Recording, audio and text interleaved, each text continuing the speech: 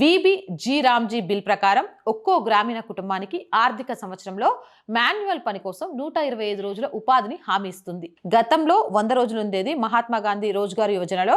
ఇప్పుడు ఇది 125 రోజులు చేశారు. ఎంజీఎన్ఆర్ఈజీఏలో కేంద్రం పని కోసం పూర్తి వేతన బిల్ని భరిస్తుంది. కానీ విబి రామ్జీ బిల్ ప్రకారం ఈశాన్య రాష్ట్రాలు, హిమాలయ రాష్ట్రాలు, యూనియన్ టెరిటరీలు అంటే ఉత్తరాఖండ్, హిమాచల్ ప్రదేశ్, జమ్మూ కాశ్మీర్ కోసం కేంద్రం రాష్ట్రం 9:10 నిష్పత్తిలో, మిగిలిన రాష్ట్రాలు మరియు లెజిస్లేషన్ ఉన్న యూనియన్ టెరిటరీలు 60-40 నిష్పత్తిలో ఖర్చులు భరించాల్సి ఉంటుంది. నార్మేటివ్ అలాకేషన్ లేబర్ బడ్జెట్ స్థానంలో కేంద్ర ప్రభుత్వం ప్రతి ఆర్థిక సంవత్సరానికి రాష్ట్ర వారీగా అబ్జెక్టివ్ పారామీటర్ల ఆధారంగా నార్మేటివ్ అలాకేషన్ ను నిర్ణయిస్తుంది. దాని ప్రకారం నిధులు విడుదల చేస్తుంది. ఈ అలాకేషన్ ను మించిన ఖర్చులు రాష్ట్రాలు చేస్తే ఆ ఖర్చు రాష్ట్ర ప్రభుత్వం భరించాలి. మొదటిసారిగా బిల్ ఉపాధి హక్కును ఆపివేయడానికి అవకాశం ఇస్తుంది.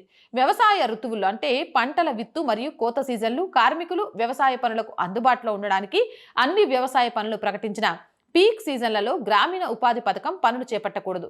రాష్ట్ర ప్రభుత్వాలు ఈ వ్యవసాయ కాలాలను ముందుగా ప్రకటిస్తాయి. ఇవి ఒక ఆర్థిక సంవత్సరంలో మొత్తం అత్యధికంగా 60 రోజులు దాటకూడదు. కొత్త బిల్ ప్రకారం ప్రస్తుతం ఉన్న 15 రోజులలో చెల్లించాలి అనే నిబంధనకు బదులు పని పూర్తయిన తర్వాత వారానికి ఒకసారి లేదా గరిష్టంగా 2 వారాల్లోపు చెల్లించాలి.